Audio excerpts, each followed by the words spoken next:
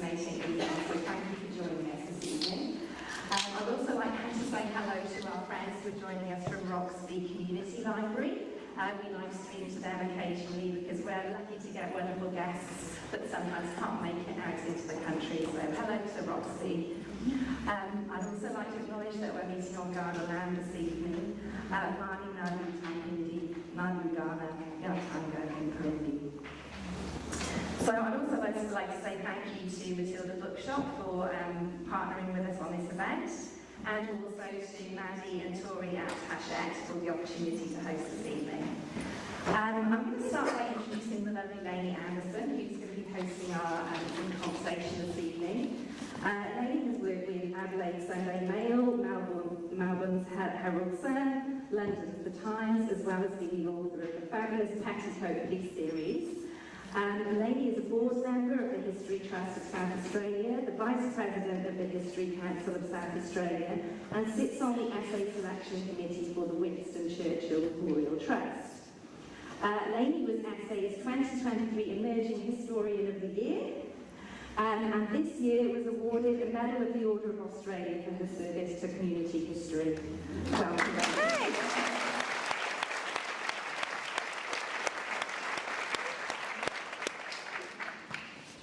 It's my absolute pleasure to introduce Lisa Wilkinson AM. Lisa is one of Australia's most popular, admired and respected journalists. And in her groundbreaking publishing career, Lisa was the youngest ever editor of national magazine Dolly at the age of 21. Then spent 10 years as editor of the iconic and best-selling Leo magazine, led to stints in all forms of media, including newspapers, TV, radio and online. Lisa is probably best known for her work in television, spending more than a decade as co-host of the Nine Network's Today Show, followed by 5 years as co-host of Network 10's primetime news and current affairs programme, The Project. Her award-winning interviews regularly make headlines across the country. The Titanic Story of Evelyn is Lisa's second book, following her highly acclaimed best-selling autobiography, It Wasn't Meant to Be Like This, published in 2021. Lisa is married to journalist, former Wallaby and best-selling author Peter Fitzsimons. They have 3 children. It's my pleasure to introduce to you Lisa Wilkinson.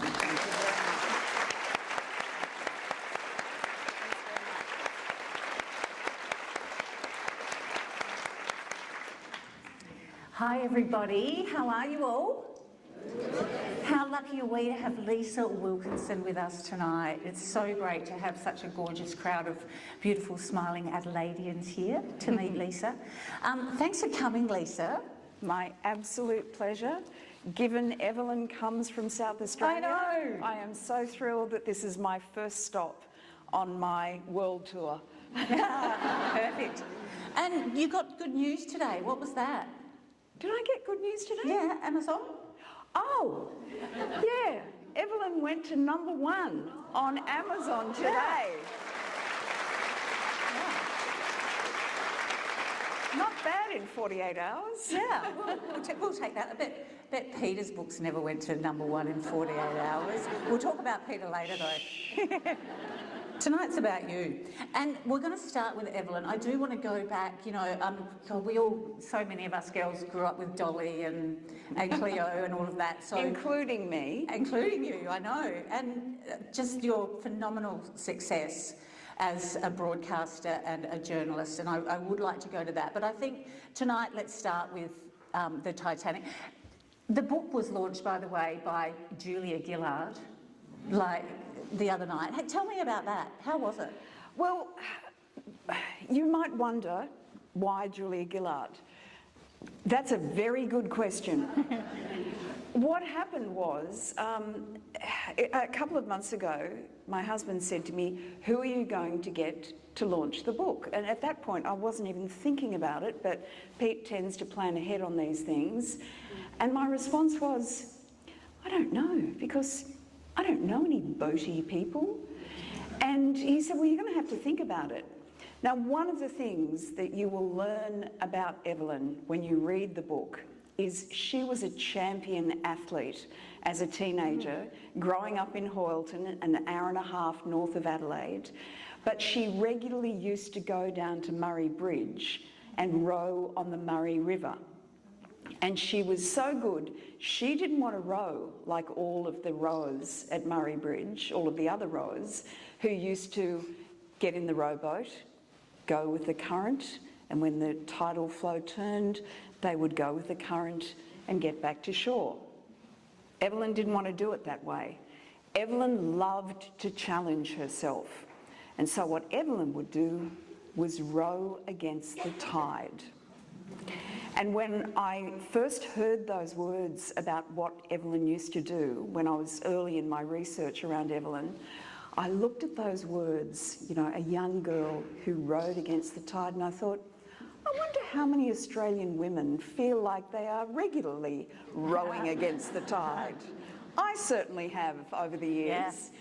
And so I said to Pete, after I declared that I didn't know any boaty people, I said, I don't know, I sort of feel like I need a woman from South Australia who's always rowed against the tide. Oh my God, Julia Gillard.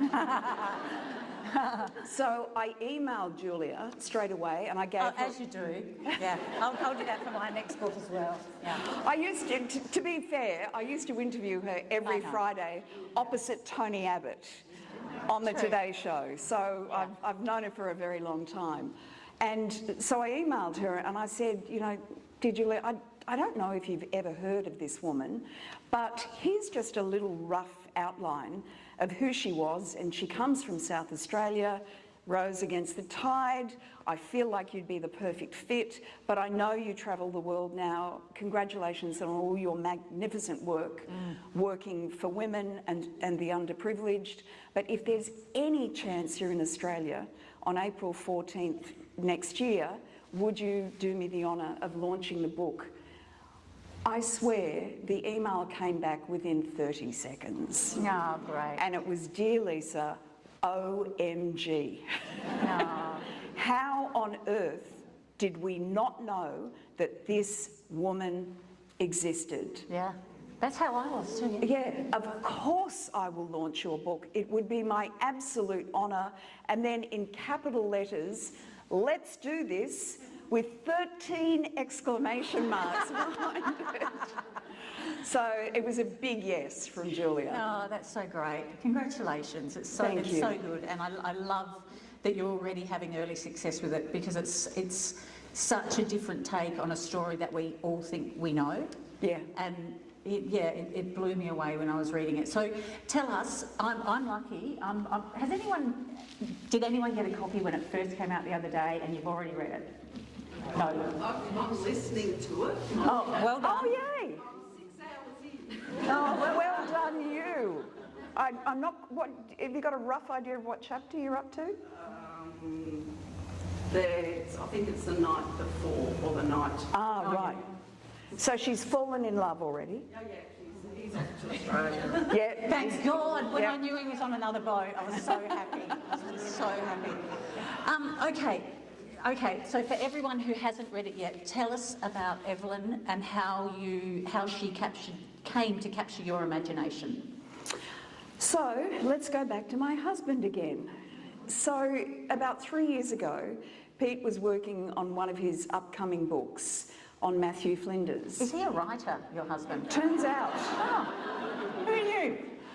And he was looking, in researching Matthew Flinders, somehow a picture of the Titanic came up. And he said to me, "Isn't she a beauty?" I was actually driving at the time. He had his computer open on his lap. And I said, "Sorry, what?" And he said, "Isn't she a beauty? Look." So I sort of glanced over at whatever it was that was sitting on his laptop. And I sort of immediately recognised this ship. And I said, "Is that the Titanic?" And he said, "Yeah, isn't she a beauty?" And I said, "Well, not so much these days." Probably a bit ugly down there at the bottom of the North Atlantic. But I said, I sort of put my eyes back on the road and thought about it for a second. I said, "Do you know if there are any Australians on the Titanic?" He said, "Gee, that's a good question." And I said, "Oh, I don't know. I don't know the answer to it. Do you?" Yeah. And he said, "I've got no idea." I said, because I love coming up. Pete and I are very interactive in our work lives, and I love coming up with ideas for him, some of which he accepts, most of which he rejects. Yeah. Thank you, dear. And I said, you really should look into it. And he said, yeah, I definitely will, that's good. And a couple of days went by, and I said to him, what have you done about that Titanic idea? And he said, look, I'll get onto it, it's a good idea. And I thought, I've got a computer. I've heard of that thing called Google, and I can do this myself. So I looked it up and discovered that there were 6 Australian passengers and crew on the Titanic, and only 1 Australian-born survivor, a kick-ass 28-year-old nurse from Adelaide. Wow, yeah. A young woman called Evelyn Marsden. And I lent in, and there wasn't a lot on the internet at all. There were a couple of stories, bits and pieces, 2 tiny interviews that she'd done. And I rang Pete and I said, I think I have just discovered gold, because there's virtually nothing on the internet, but the bare bones of this story are amazing. Yeah. And he said, yeah, look, I'm writing a Sydney Morning Herald column at the moment. Can you just put something together and I'll send it to the guys at Hachette? And I said, yeah, sure. So I was so excited about this that I might have come up with something amazing for him to work on. Brilliant. And so he forwarded my email to the publishers, and there was a big discussion going on at Hachette about what looked like a pretty amazing idea. But I got a call from his female publisher, Vanessa, and she said, Lisa, everybody here's talking about this incredible woman you seem to have come across.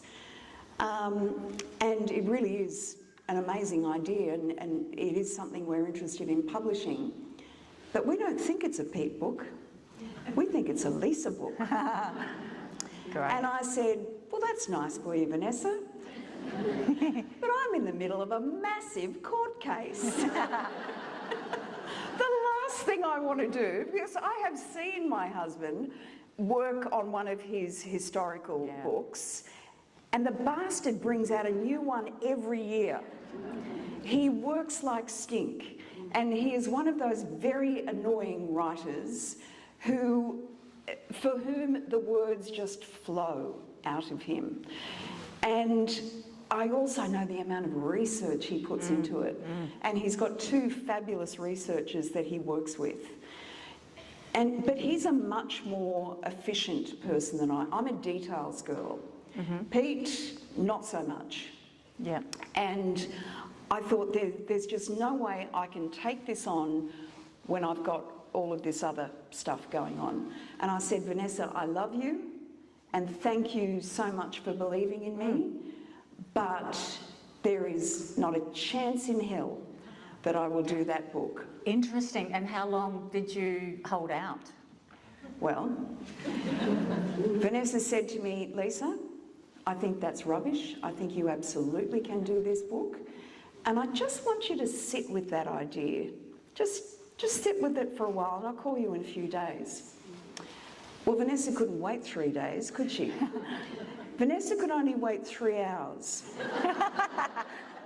Because 3 hours later, and I couldn't even make this up, but 3 hours later, news of the Ocean Gate submersible going missing in the North Atlantic broke.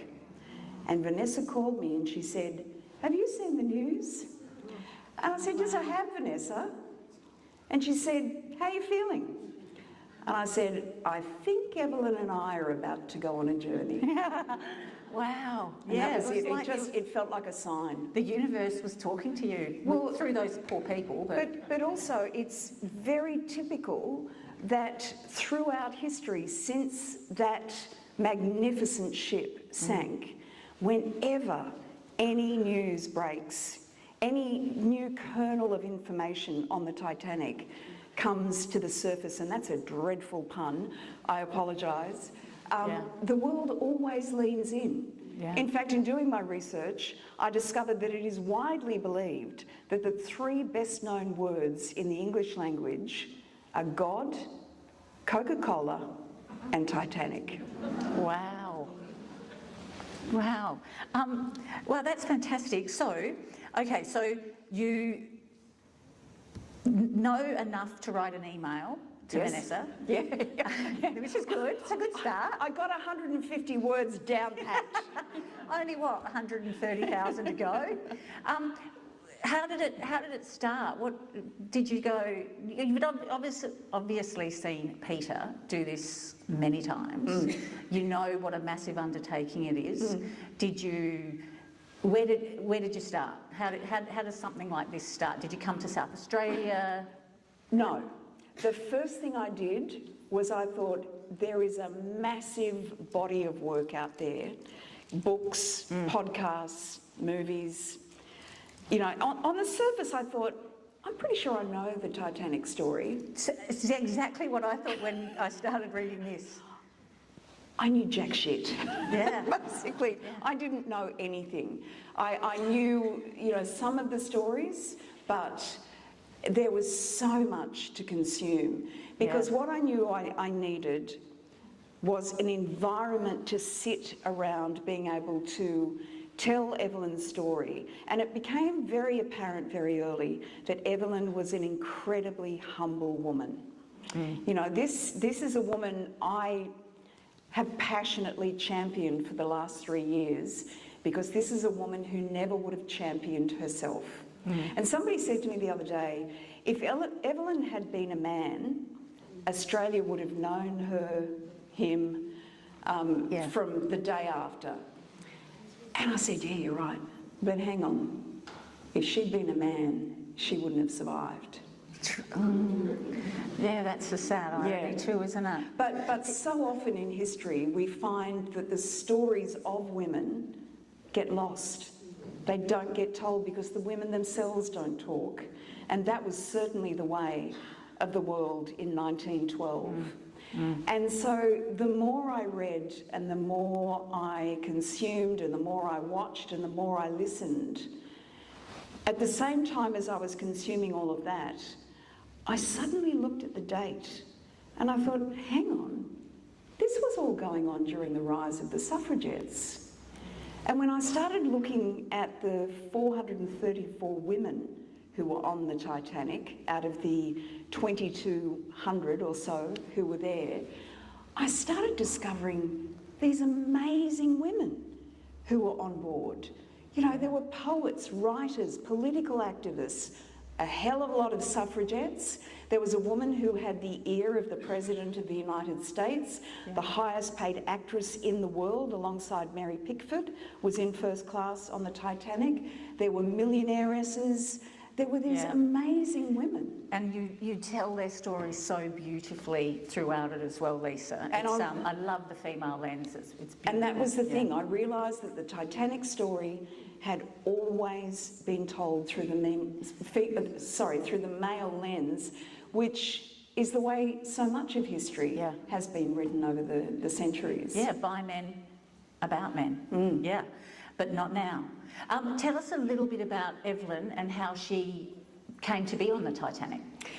Well, as a teenager, as I said, she was a champion rower. She was also a champion horsewoman. And she learnt to ride with her oldest brother, Tommy. So Evelyn was the youngest of 5 children growing up in Hoyleton, the youngest child of Wally and Annie Marsden. He was the local station master. They lived in the station master's cottage. And so Evelyn spent her time rowing, and she also used to go riding with Tommy. Evelyn didn't want to ride side saddle like all the other girls did. Evelyn wanted to ride astride like the boys did. And poor Annie, her mother, eventually gave up and made a pair of culottes that Evelyn could wear when she would ride astride, just to save her dignity somewhat. But she absolutely hero worshipped Tommy. But Tommy had to go away to war because this was during the Boer War. And so the family went down to the port of Adelaide and saw Tommy off on the ship next to his best mate, Breaker Morant. Fascinating. Yeah. One of the other talents that Evelyn had was she learnt Morse code. And the reason she learnt Morse code is she wanted to help her dad out in the station master's cottage. And so she would be in there when Wally wasn't, helping him out, and she would take the Morse code messages. Tragically, she was in the station master's cottage 2 months after Tommy went off to the Boer War and took the message from the government to say that Tommy had passed away. Oh. And I think that changed Evelyn forever. So Evelyn decided she wanted to be a nurse. So she came down to Adelaide and trained at Adelaide Hospital. And it was during her time at Adelaide Hospital, she had one particular patient who needed a companion nurse to accompany her back to London. Yeah. And Evelyn put her hand up for that because Evelyn had always dreamt of travel, particularly after Tommy was gone. And so she went to London, and when she got there, she decided, this is the life for me. I really want to see the world. So she signed up to cruise ships and was travelling the world as a nurse stewardess on cruise ships, absolutely loving it, going to the most wonderfully exotic ports around the world. Yeah. New York was one of her favourites. An incredible life for the time. Yes. You know, for a girl from Halton. For a single Yeah. girl, you know. Meantime, she was corresponding with her mum and dad back in Hoylton, and might be time to come home now, darling. Yeah. And anyway, on one of these cruises, she met a handsome ship's doctor, William Abel James. And then the two of them would often be assigned on the same cruise ships, and they would work as the ship's doctor and one of the ship's nurses together. And she absolutely loved the life. They adored each other, and they became engaged. And Evelyn and William both applied to be on the Titanic on that maiden voyage. And they went through all of the processes, and they came with wonderful references. Everybody loved both of them. And they applied, and they were both told, you're in. But not long before the Titanic sailed, there were scheduling issues, and William was told, you're actually being taken off the Titanic, and instead you're going on the Macedonia to Sydney. And so Evelyn sailed alone. Yeah. I was so relieved when I heard that, when I got to that bit. I was like, oh. Because the whole time you're reading it as well, you're thinking, oh, maybe it'll be different. Maybe it won't sink. You know, maybe it won't sink.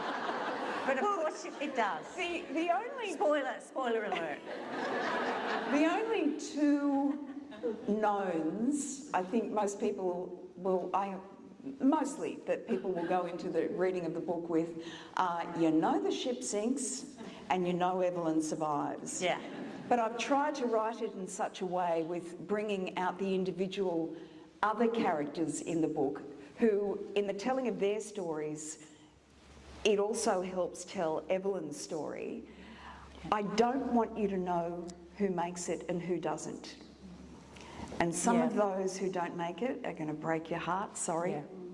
Had to do it, because some of those stories are so beautiful in the heroism, in the love stories that existed on that ship.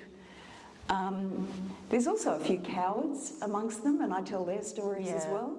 And I say that with absolutely no judgment, because how would any of us know how we would react in a moment like that? You're on a ship that you have been assured is unsinkable. You've been told that by the owners of this ship. And you're only 4 days in to this magnificent, you know, the most famous, glamorous, biggest ship in the world. No expense has been spared. Everywhere you look is glamorous. And 4 nights in, you hit an iceberg. And you're still being told, oh, don't worry, it'll be fine. It's unsinkable, and we can see a light in the distance, and that's a rescue ship, and it's on its way.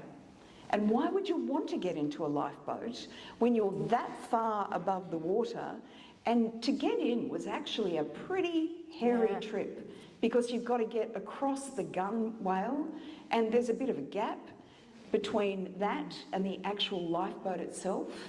And so lots of people said, well, it's unsinkable. I'd rather stay here in this nice warm ship, thank you. And that rescue ship that's not too far away will come and get us in an hour. We'll be fine. Oh, I know. And all the husbands that assured their wives, I'll wait here for you, and I'll see you in the morning. We'll see you in the morning, and oh, bless them. Tell us about how you tracked down the family here in South Australia, and what you learnt that you might not have learnt if you hadn't found relatives of Evelyn's. So the wonderful thing is, the only relative I could track down was a wonderful woman who is Evelyn's great niece, and she lives here in Adelaide, Patria. And I found her because she'd given one small interview. And I found her, and then one of the researchers said, I think I've found her on Facebook. And they sent a number of messages. I'm not on Facebook. You know, I like to live a life free of Facebook. Yeah, out of the public eye and all that. We know, you're very shy. And they sent a couple of messages to Patria with absolutely no response. And I thought, she doesn't want to talk. And then I had one last go, because I managed to track down an email. And so I went to her directly, and I was assured that this was her correct email address. And quite a few weeks went by, and I thought, oh, interesting. I'm just going to give it one last go. Maybe this woman doesn't exist. Maybe she's not alive anymore, because the only interview she'd given was on the 100th anniversary of the sinking of the Titanic. And I thought, you know, she's obviously elderly now. Yeah. And, you know, I might have missed my one big chance. And then I got a very sheepish email saying, I wasn't sure if it was you. Great. And she said, look, I'm happy to have a conversation on the phone, but I don't think I'm interested in being involved. And I said, would you allow me to give you a call tomorrow night? And she said, yeah, sure. And I said, well, why don't we do a Zoom? She didn't really know what a Zoom was. And I thought, I've really got my work cut out for me here. Anyway, we had a phone call, and I think it went for 2 hours. Oh, great. Patria and I just fell in love over that phone call because of our shared love for Evelyn. And Patria herself is single, she doesn't have children, and she has spent her life treasuring the memory of Evelyn, who she never met, so to give you a little bit of a family tree, Patria is the daughter of Mavis, who was Evelyn's favourite niece. Gotcha, great. And Mavis used to go and stay with Evelyn and Willie at 85 Kahlua Street, Bondi, which is still standing to this day. Oh, great. And Patria said to me, well, I've got a whole lot of letters, I've got original documentation, Oh, wow. and I've got all the family folklore. And so we had many, many phone calls, and she said to me, tell me what you need. To which my initial response was, I have no idea, because I don't know what you've got. Yeah. But as I kept writing and as I kept researching, I would get back in touch with Patria and I'd say, what do you know about this? And are there letters surrounding this? And so she is my absolute lifeline to being able to bring Evelyn's story to life. And the other moment I must tell you about, which was after I got the email from Julia Gillard saying yes, because I didn't want to tell Patria that I was going to approach Julia Gillard, because I thought there's probably only a tiny chance that she's going to be in Australia. So Patria was the first person I rang and told that the one and only ever female Australian Prime Minister was going to be the one launching the book about our completely unknown Wow. female Titanic hero. She burst into tears, followed by me. No, that's beautiful. What an amazing legacy now for Petrea as well. Yeah. To have this, like knowing that she helped, you know, make it happen and Yes. gave it the depth Yes, that you've been she able was to give crucial. it. I Yeah. don't think I could have told this story without Petrea's ironclad trust. Yeah, yeah, and I mean, we've all, you know, I won't say grown up, but we've spent 4 decades watching your work, Lisa, and you've got such beautiful integrity. Thank you. And you're so kind. Watching your interviews in recent years on the project, just absolutely beautiful work, and you know that's you get back what you put out, I think, and that's why she was so keen. That's where the 2 hours came from. That's where the generosity came from, you know. But as you know, the great privilege of being a journalist is all you are is a conduit to helping Yeah. tell other people's stories. And that's exactly what I got, you know, Yeah. the chance to do this time. And, you know, I'm used to working on magazine deadlines, which are once a month, or daily news and current affairs deadlines, which are once a day, but, you know, every interview gets 3 to 4 minutes in breakfast television in particular. Yeah. So to find myself in this bizarre situation where I was no longer on television, and even though I had other things going on, I had space in front Yeah. of me that I'd never had before to be Yeah. able to devote myself to telling this story in a way that it deserved to be told and elevate Evelyn's story in a way that she Yeah. should be honoured. Was just, it felt like it was meant to happen. Yeah, perfect timing for you and for Evelyn, Yeah. really. Yeah. What did you learn? What's some of the startling facts that just sort of sat you back in your seat? Like, I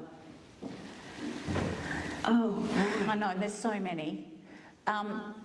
One of the things that really blew me away were the incredible premonitions and warnings. Eva Hart. Yeah, tell us about that. We'll tell everyone about that. So Eva Hart arrived on the ship with her husband and daughter. Eva knew something was going to happen on that ship. She didn't know when, she didn't know how, but she made it absolutely clear to her husband and 8-year-old daughter that I am having feelings that something is going to go horribly wrong. Her husband would always dismiss it, but he knew that she was a nervous woman anyway. And even though she tried to hide it from her daughter, it permeated their entire, as it turned out, 4-day trip, because she refused to go to sleep at night. She would stay awake at night on watch should anything go wrong. She sat up, like She sat in her up clothes and everything. all night, and she would sleep during the day. And she did that for the 4 days of the trip. And then on the night that they actually hit the iceberg, she'd already had a bit of a false alarm. So her husband was getting pretty sick and tired of, you know, the boy or wife who cried wolf all the time. But then it actually happened. Yeah. And there was another woman, Edith Rosenbaum, who was one of the most celebrated fashion designers and stylists of the day. And she got on the ship at Cherbourg in France because she had an apartment there. And on the night before she got on the ship, she went out with a group of girlfriends, and they were going to go and see a fortune teller, Madame de Thèbes. And she said, you know, I really don't want my fortune told. But the girlfriend said, oh, come on, you know, your last night before you head back to New York. And so she turned up, the others had their fortunes told, and Madame de Thèbes said to her, I really feel like you need to have your fortune told. And she said to her, you are going to be in a sea disaster, and you are going to lose your voice. And Edith just thought this was absolute rubbish. But when you read the epilogue, which is literally one of my favourite parts of this book, brilliant. It's brilliant. is all of the characters you meet, both those who live and those who don't make it. I tell the story of the consequences of being a part of the sinking of the Titanic. Some of it, I was in tears with a lot of it. Yeah, I was going to say that. Yeah. And her outcome, particularly with the losing your voice, Yeah.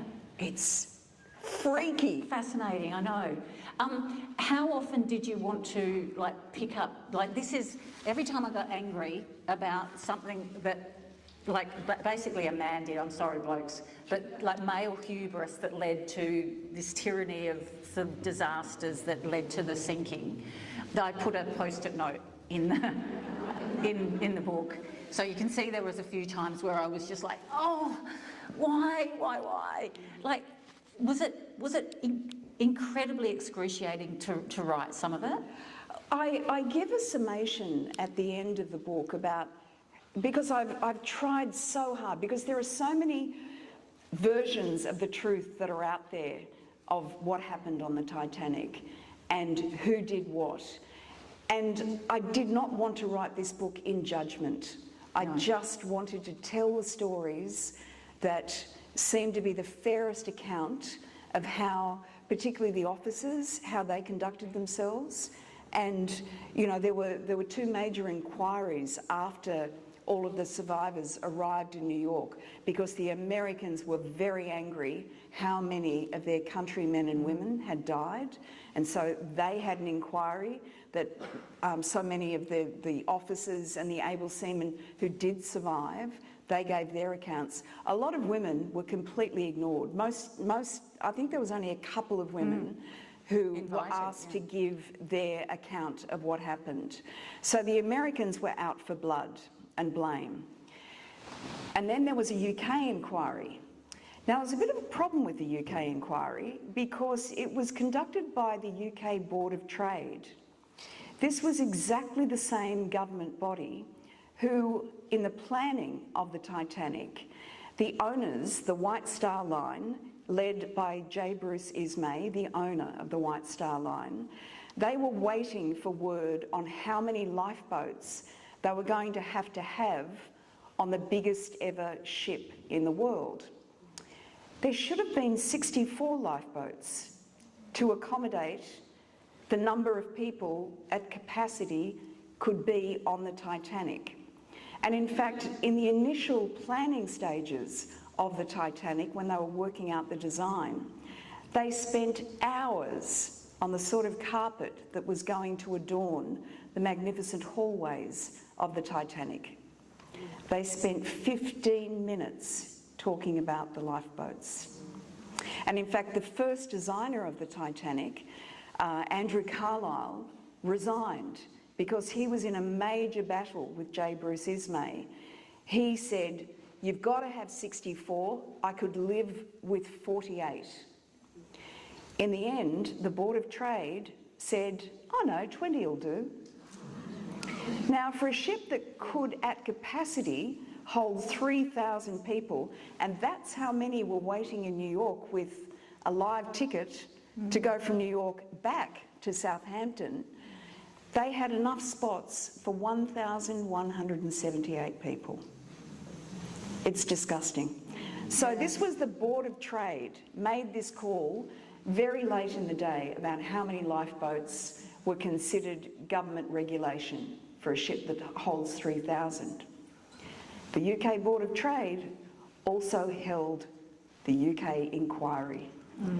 So they were completely compromised in their findings, pretty much didn't blame anyone in the end for anything that happened, but Captain Smith, who of course went down with the ship, we all know that story, that's not a spoiler, he was basically a hero because he went down with the ship. Yeah. I struggle with him being a hero. I know he went down with the ship, and that was the honourable thing to do. But And I think the reason you struggle with him being a hero, because that really saved his reputation, because if he had lived and had to answer questions alongside Bruce Ismay about this deep desire that they clearly had about getting to New York and setting a record. And lots of things that went wrong because everybody believed the ship was unsinkable, which was a marketing ploy. Yes. But everything that went wrong, so many things could have been different, and so many more people could have been saved. See how passionate I am about it. You're going to love it. It's so good, and you've clearly been obsessed with it, because you know you're remembering every minute detail and every person and everything. Can I also say that, you know, there was something you just said that just sparked a memory in me. Oh yes, look out as you're reading. Look out for the moment. So they're in an ice field in the North Atlantic. So this is the issue. There was a massive ice field, and all of the other ships who were in the area at the time had all stopped.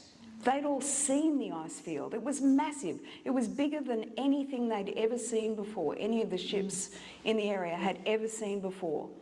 And so there is this constant stream of cablegrams coming in, warning the Titanic, look out, we've stopped. All of them were saying, we've stopped.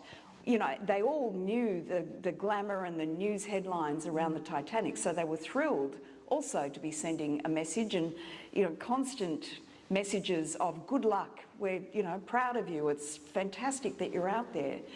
But watch what happens to all of those cablegrams. And that was the other point I just remembered. To bring it back to Evelyn and her Morse code, in the early stages of the ship sinking, this message is going out, don't worry, we're unsinkable, we're fine. Most of the crew were not told what was going on.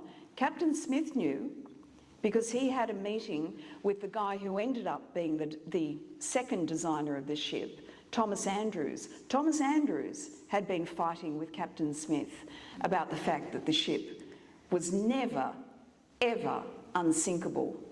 There were watertight bulkheads that actually weren't watertight, and particularly when the hit point, the point of impact where the iceberg and the hull of the Titanic came together, was really the worst possible spot. Yeah. Just the coincidence of it. So while many of the crew thought we're still okay and weren't really encouraging a lot of the people into the lifeboats, the women and children, Evelyn saw the Morse code messages. She knew exactly what was going on. And that got her up on that deck and frantically working, encouraging people to get into the lifeboats, securing the lifebelts. And she didn't want anyone to panic, because that would be the worst thing that could happen. But they teetered between trying to keep people calm and, for Christ's sake, just get into a lifeboat. Yeah. The incredible, I know that I had a go about the hubris of men before, but the chivalry of the men standing back and letting the women go first was, that must have been very moving, writing those stories as well. Completely. Were you emotional writing it? Very. Yeah. Very emotional.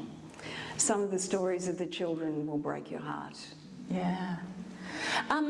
We're rapidly running out of time, Lisa, before we go to questions. But what I want to ask is has this given you an idea, an inkling of what's next for you? This book do you think is historic non-fiction something that you might like to do again? Where's Lisa heading now after so much success in so many fields? Well, I've got the world tour. Yes, indeed. Look, I have got an idea, and it's another story, again, that I came across by pure happenstance that I cannot believe has not been written. Brilliant. I don't know what it is with me, but I found this story and it's just got everything. And I sort of half told my publisher about it, Yes. which was probably a mistake because When's your deadline? they're just as excited again. So yeah, I think another book is probably in the wings. Oh, congratulations on such a brilliant, terrific, fascinating, infuriating, a heart-wrenching story. It's so beautifully told. Something I would love to do is, if you wouldn't mind, if I just yes, have a read. a small passage out to you, which is about Evelyn, and just to, thank you, just to set it up. So Evelyn ends up in lifeboat 16, and how she ends up in a lifeboat is amazing. I won't do a spoiler on how she ends up in a lifeboat, but she does, after, you know, spending the night making sure that others get into lifeboats. So to set up where this sits in the book, Evelyn is in lifeboat 16 next to her friend and fellow stewardess Violet Jessup. Violet herself actually wrote her memoirs, never for publication, but just for her family. And after Violet passed away, her family got all of the memoir notes together and published a book. And that was so helpful in me understanding, given she was so close to Evelyn, understanding the experience of being a stewardess on the Titanic. So, you know, part of the storytelling is so enriched by Violet's experience. So both Violet and Evelyn are in lifeboat 16, and Violet, at the last minute, just before the lifeboat started to descend to the water, which was a lot closer by the time the last lifeboats were leaving, she was handed a baby. No one knew who the mother or father was. So she had this tiny crying baby in her arms. And they're sitting looking back at the Titanic because they know that it's not long. You know, Evelyn has rowed and rowed and rowed like she's never rowed before, because they're all told, if you're anywhere near this ship when she goes down, you'll be sucked down into the vortex, because the water displacement that happened around a ship of 52,000 tonnes, by far the biggest ship. And that was part of the naivety of it all. They didn't know and understand the power and strength of a moving vehicle. Yeah. And you set that up beautifully, because there's two earlier examples of that with Captain Smith. So you're sort of going, oh, get going. Yes. Yeah.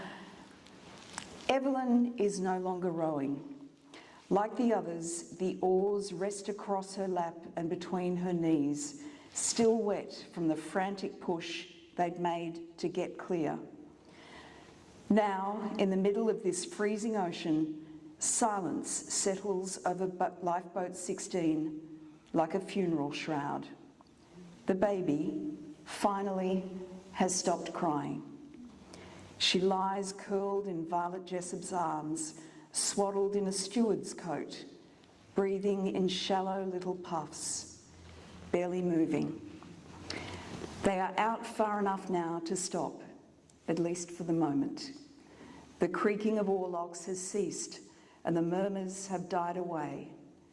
What remains is only the sound of breath, gasping, ragged, staggered, drawn in and out by sailors and passengers alike who cannot believe what they are seeing. Titanic's bow is beneath the water's surface. The stern tilts upward at a degree that renders the whole scene uncanny, even from afar.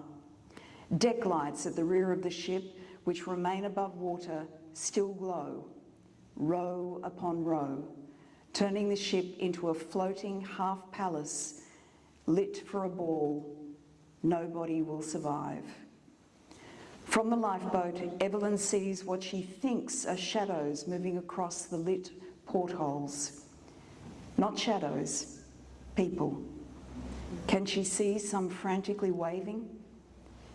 She's lower than when we left, Violet Jessup says quietly beside her. Much lower. Evelyn nods. She can feel it in her stomach. That pull downward, it seems to grip her soul just as it grasps that of the ship. She's still going, and yet no one can look away. Do you think she'll stay afloat? A woman whispers. She's not built to break, a crewman mutters in reply, but his voice carries no confidence. It takes all his courage to muster speech. And so Violet and Evelyn sit in horror, floating, waiting, hoping, watching. Great.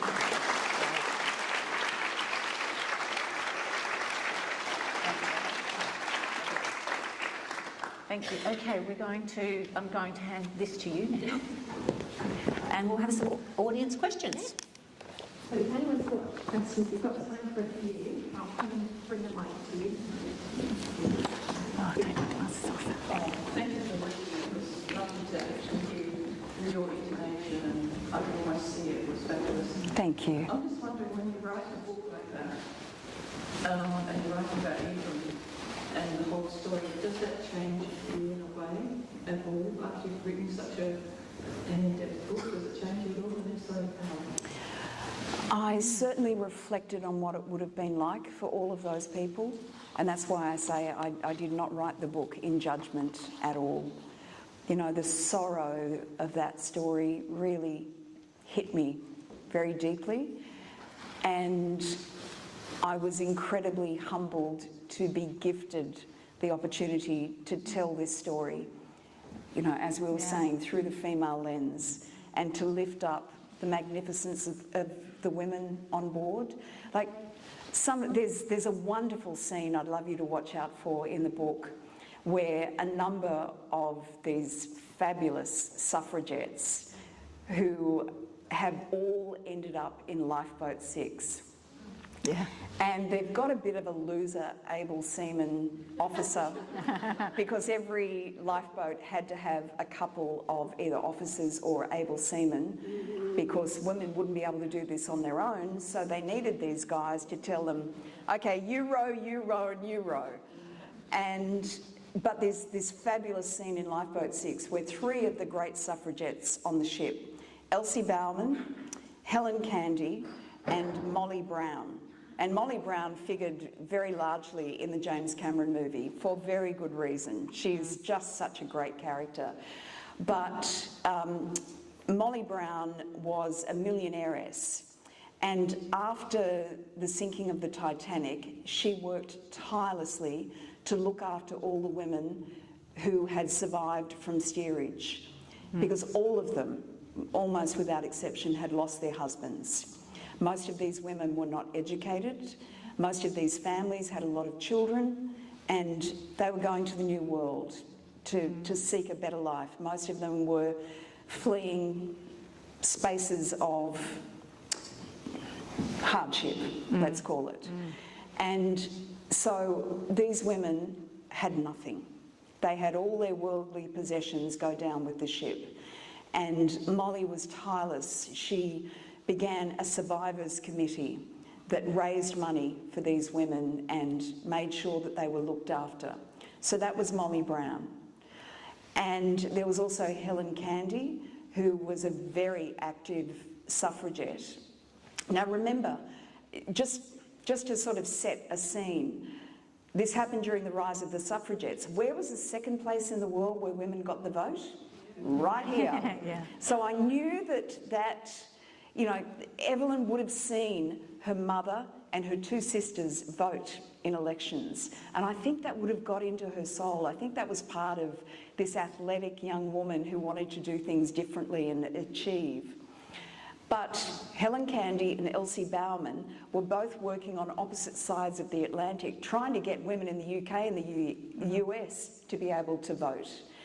And the amazing thing is, the US didn't achieve the right for women to vote until 1920. And in the UK, they didn't get the right to vote until 1928. And that was 10 years after women could actually be elected to Parliament. But they couldn't vote for themselves. I mean, it was a crazy situation. But these three women, and what happens in that lifeboat, it's like Mutiny on the Bounty. Yeah. So look out for that moment on the ship. Yeah, that's great. But to answer your question, it was very humbling. Yeah. Yep. Got down one down. Oh no, we've got some down the back. Sorry. Might have been a bit personal when you're talking to Petrea, but did she have plans for her memorabilia when she leaves us? We discussed that yesterday. We flew Petrea over for the launch, and it was so special to have her there. She was completely overwhelmed and thrilled, and we had lunch yesterday, and she had a lot of the letters with her, and we just sat and talked. And I said to her, because she doesn't have children, have you thought about what you'll do with this? And that's a conversation that is going to continue. Yeah, great. Good question. Very good question. We have two questions, but I'll just go with one. If Evelyn was here today and you could ask her any question, what one question would you ask her? Look, that's just cruel. I would say, sit there, I will feed you for a month, I will provide a bed, I want to hear everything. I wouldn't even, well, I would know where to begin. I'd say, let's start at Hoyleton. Tell me your memories of growing up in Hoyleton. Tell me about your dad, tell me about your mum, tell me about Tommy, tell me about rowing on the Murray River. The questions just wouldn't stop. So I'm a bit like you, I'm a bit greedy when it comes to questions. I was thinking the other one. Okay, good. For everyone that you have interviewed over your career, who else do you hold in the same esteem that you hold Evelyn? Oh, she's good. She's very good. Have you thought about journalism?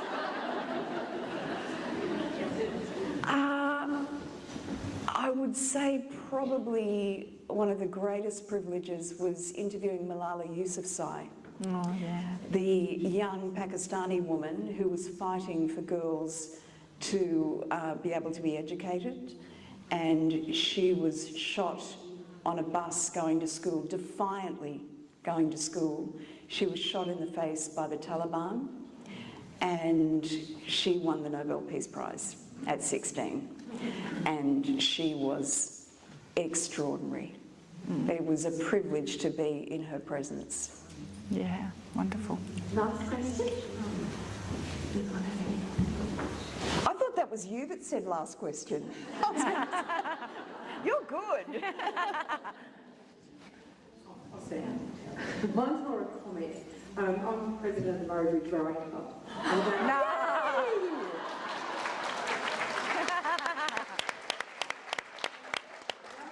Years ago, and it only just occurred to me, it was probably around the anniversary of the sinking of the Titanic. I'm pretty sure it was Priya came to the rowing club and donated a trophy, and she wanted it awarded to female rowers who'd shown great bravery and tenacity. So every year we give that the Evelyn Marsden trophy out. So it is very much honoured as my event. I love that. Ah, that's excellent.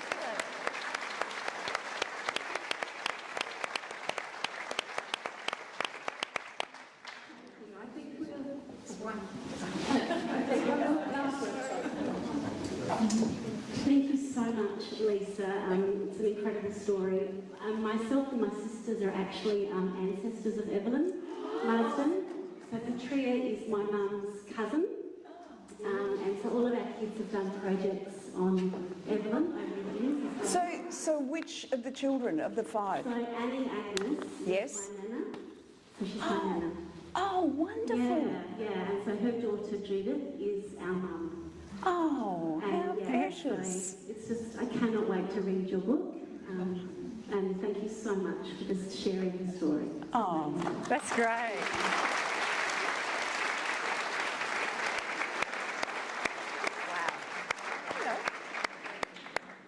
Thank you all for those wonderful questions.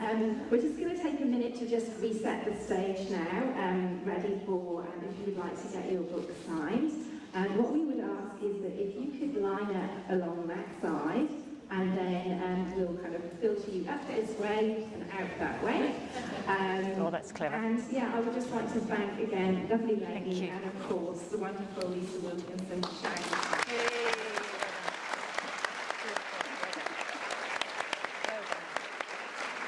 And can I say thank you to all of you for turning up. I'm so thrilled that so many people are now going to know and love Evelyn in the way I have quietly been doing for the last 3 years, because I didn't want to tell anybody about Evelyn, because I thought if anybody else finds out, they're going to want to write the story. So I really hope you enjoy the book, and thank you for coming along.